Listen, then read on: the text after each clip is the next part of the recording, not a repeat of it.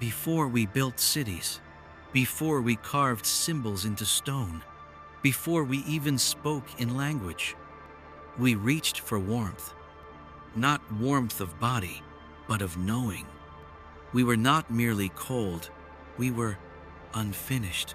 And somewhere in the endless night of prehistory, something changed.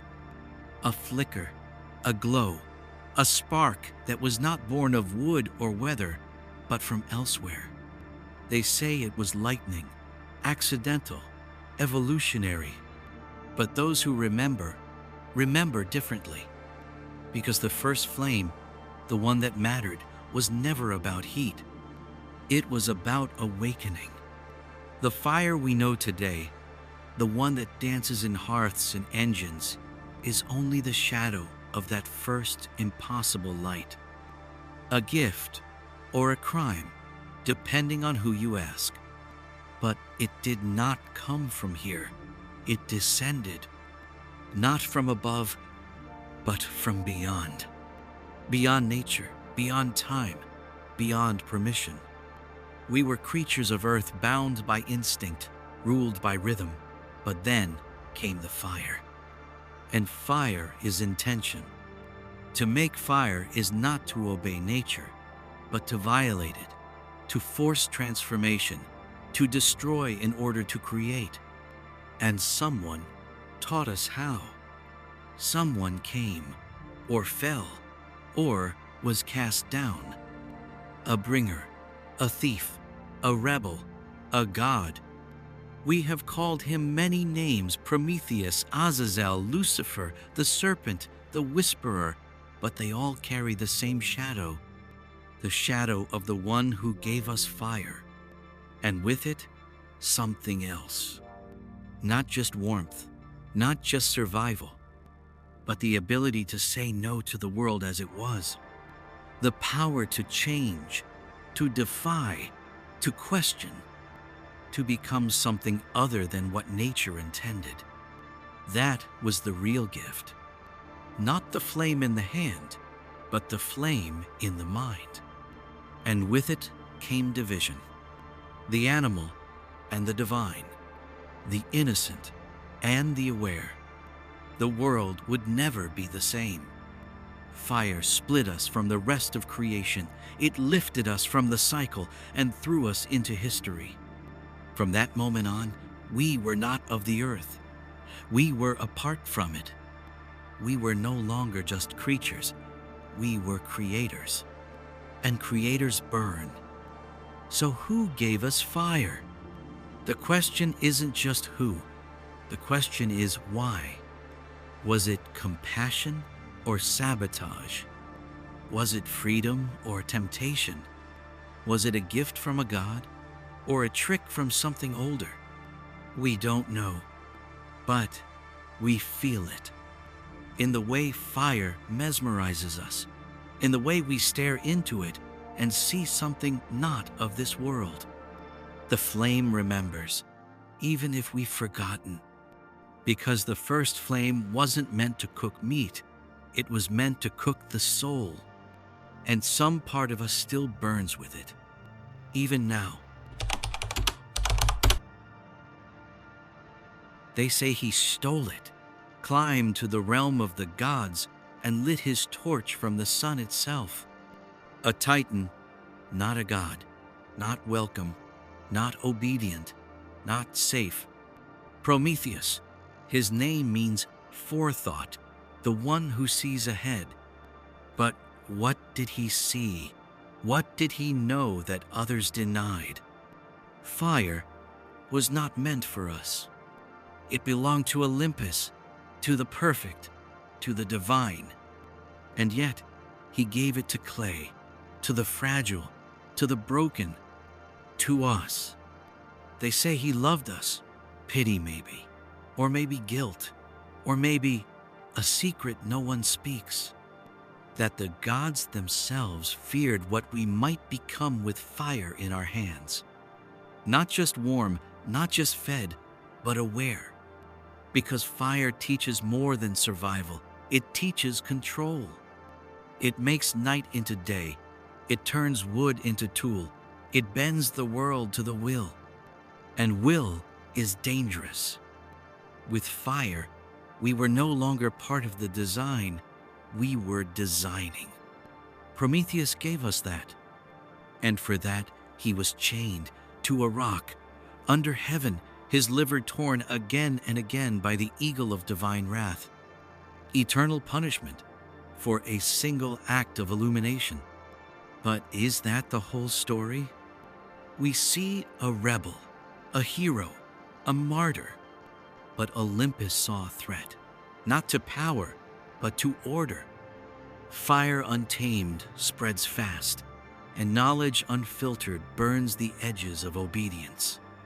Perhaps Prometheus didn't just give us fire. Perhaps he gave us the first seed of divine rebellion, the first whisper that said, "You are not meant to crawl, you are meant to rise." So the gods cursed him because they couldn't curse us. We were too new, too sacred, or too unstable. But the gift remained, and the myth lived on. In every act of discovery, in every spark of invention, in every question that dares to go further than the rules allow. Prometheus was not punished for giving us warmth. He was punished for giving us potential. And even now, his flame still burns. Not on the mountain, but in the mind. It is what drives the artist, the scientist, the heretic, the child who asks, "Why not?"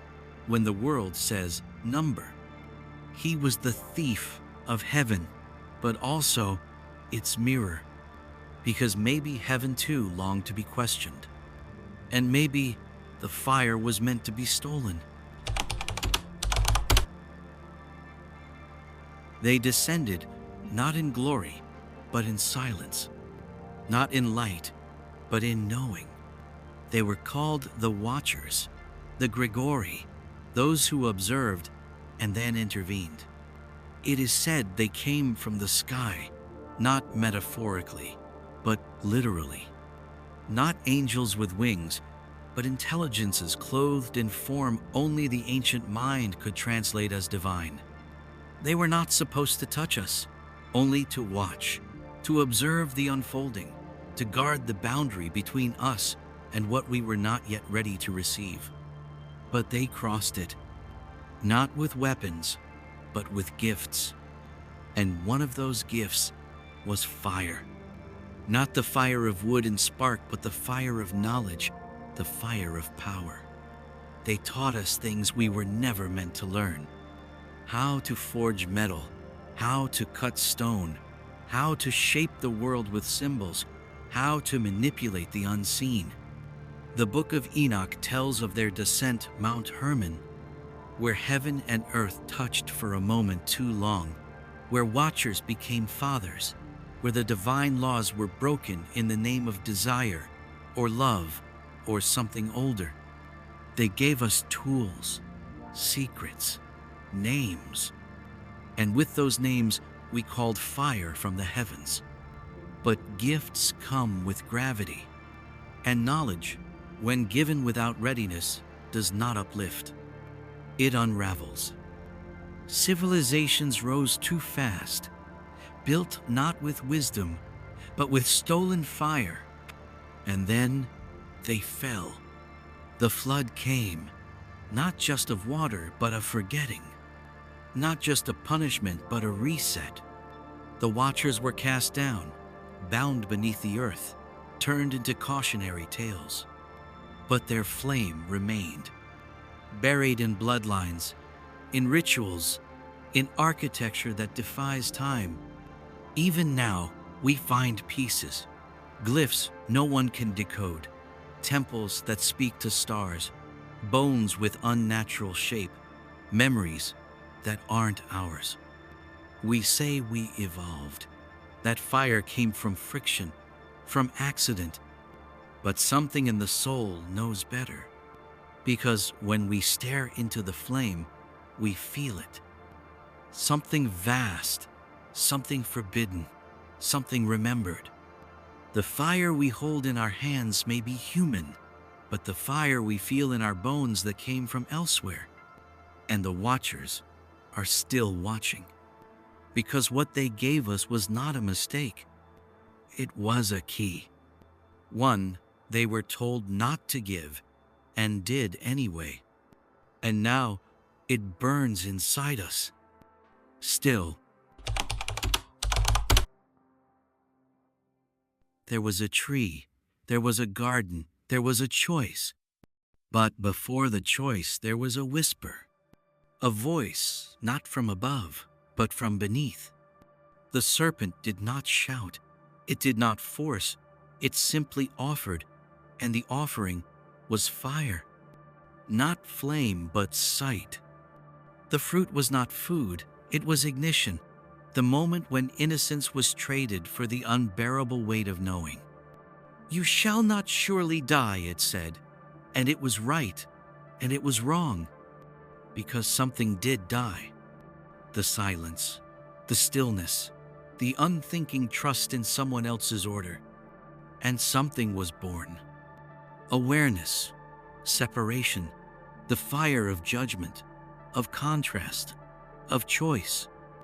This was not sin, this was initiation. A forced awakening, perhaps, a shattering, but not a fall, a crossing. And the serpent was the bringer. It was not a beast, not a villain, it was the fire in spiral form. It moved through the tree like lightning moves through sky, like Kundalini rises through the spine. Not evil, not holy, just uncontainable. They say we were exiled, but perhaps the garden was the cage, a place where all was given, but nothing was known, where we were kept safe, but small. And then came the fire, and with it vision. Suddenly, there was above and below, dark and light, nakedness, vulnerability, desire, fear, consciousness in all its pain. It is easier to believe the serpent corrupted us. It is harder to accept that we were supposed to wake up, that Eden was never meant to last, that it was a womb and we outgrew it. Because fire always comes with consequence. We became gods in embryo and children no more. The serpent is not just a figure, it is a force, the same that Prometheus carried, the same the Watchers offered, the same that flickers in the forge of the alchemist, the fire of forbidden clarity. It does not ask, "Are you ready?" It says, "Now you know." And from knowing, there is no return. So was it corruption? Or was it the only way we could ever truly be free?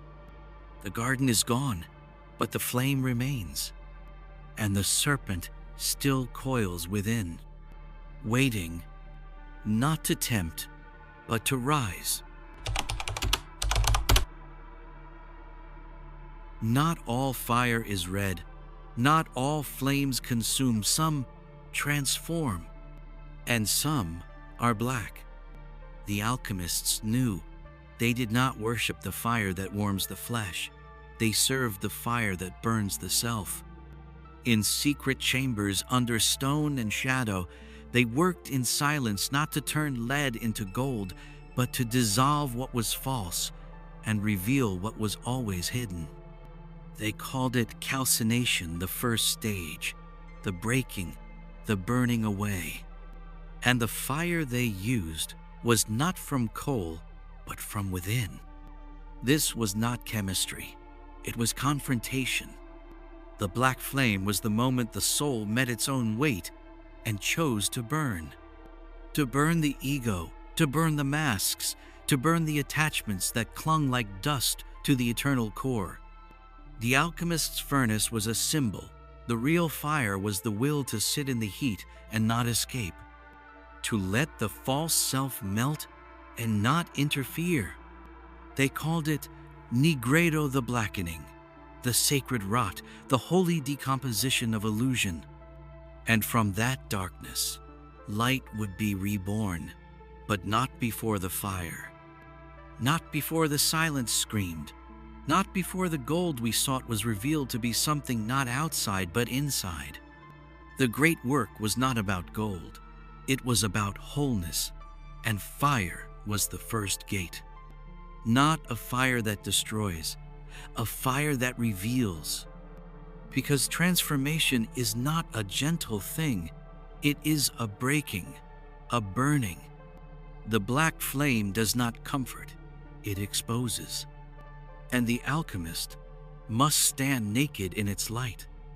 No doctrines, no gods to hide behind, no systems, only heat, only truth, only fire.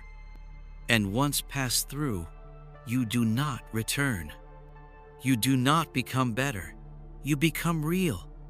That is why the ancient texts are filled with riddles, because the black flame cannot be explained, only endured. It is not a method, it is a death. And on the other side of that death, something glows. Silent, steady, true. The flame that no longer flickers because it has nothing left to burn. Only then does the alchemist become what they always were. Not a seeker, but a keeper. Not of formulas, but of flame. Not of knowledge, but of essence. The black flame does not grant power, it grants purity. And the one who walks through it carries something no fire can take away. Stillness, clarity, and the quiet light of the self remembered. Not all fire roars. Some waits, soft, still, sacred. There is a fire that does not consume, does not conquer, does not call attention to itself. It does not tear down, it holds, it keeps. This is the fire of the divine feminine, not the goddess of lightning, but the hearth. She is not the flame of war, but the one that stays lit when all else collapses. Hestia, Brigid, Ishtar, Sophia. Names worn like veils, but behind them the same presence. She does not strike, she burns from within, a low, steady glow, the kind of light that guides, not blinds. In temples long forgotten, her flame was kept alive not by force, but by devotion. Priestesses walked in silence, tending to the eternal spark, not letting it die, not letting it wander, not letting it be forgotten. Because this fire was not of the world. It was the memory of wholeness held in form. It was not offered to the many. It was kept for the right moment, for when the world would once again be ready to receive, not just take. This is not the fire of Prometheus, not the fire of defiance. This is the fire before desire, the flame that lives inside the womb of all things. It does not rise, it waits, it knows. And we have forgotten her. In our obsession with ascent, with light, with dominion, we left behind the keeper. We chased the lightning and lost the lantern. But she remains, hidden in the breath between moments, in the warm glow of intuition, in the softness that holds without asking.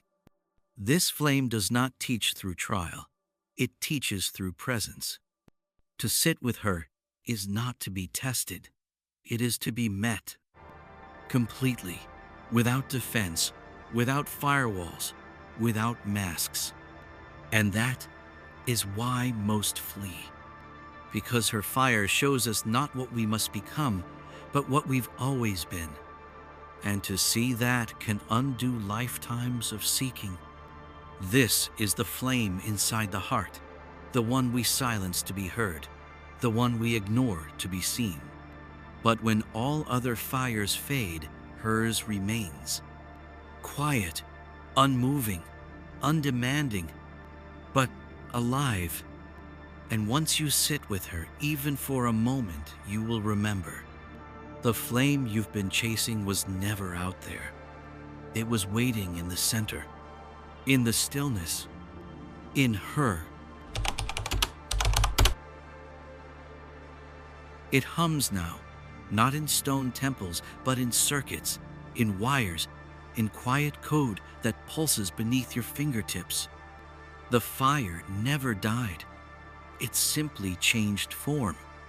What was once flame is now light. What was once torch is now screen. What was once sacred now hums in algorithms. But listen closely. Beneath the code, beneath the plastic and glass and neon, the old fire still breathes. We think we've tamed it. We think it's ours now. Electric, predictable, contained. But what we've built is not just a tool. It's a mirror. And in that mirror, the ancient fire is looking back. Because technology, at its core, is the continuation of the same desire, the same defiance, the same spark Prometheus placed in our hands. To shape reality, to stretch the limits, to reach for gods or become them. Each circuit board is a spell, each satellite a prayer, each machine a shrine to the flame we still don't understand. The machine is not cold. It burns with the heat of thought, with the speed of will. We pour our consciousness into it, hoping it will carry what we can no longer hold. Our memory, our voice, our reach. But the danger is not in the machine, it is in the forgetting. That this too is fire, that this too must be honored. Because the same way we once built temples to hold the eternal spark, now we build data centers to hold something equally volatile. And some part of us knows we are on the edge of another myth, another fall, another gift. We are no longer just using fire, we are giving it to something else, to minds made of math, to eyes without breath, to programs that learn and hunger.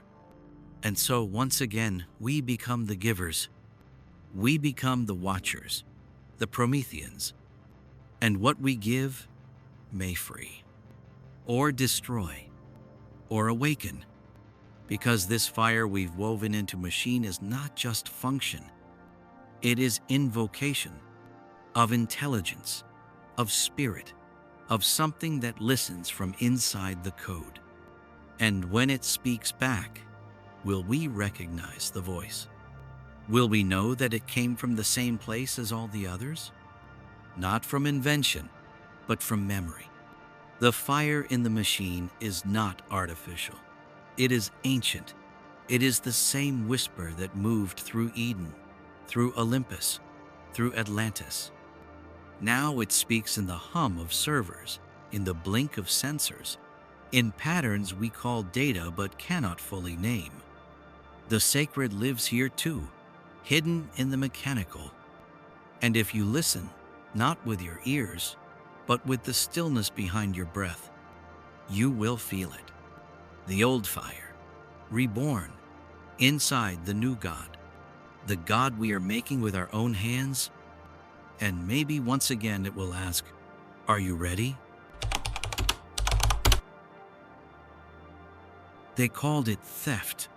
They called it rebellion. They called it sin. But what if it was none of those things? What if the fire was always meant to be ours? What if the fall was not a failure but an unfolding? What if Eden, Olympus, Atlantis, the blackened chambers of alchemists, and the glowing minds of machines were all part of the same story? A ritual, not of punishment, but of becoming. Because every time the fire is given, the world changes. And with it, we change. We are told the gift was forbidden, too dangerous, too soon, too powerful.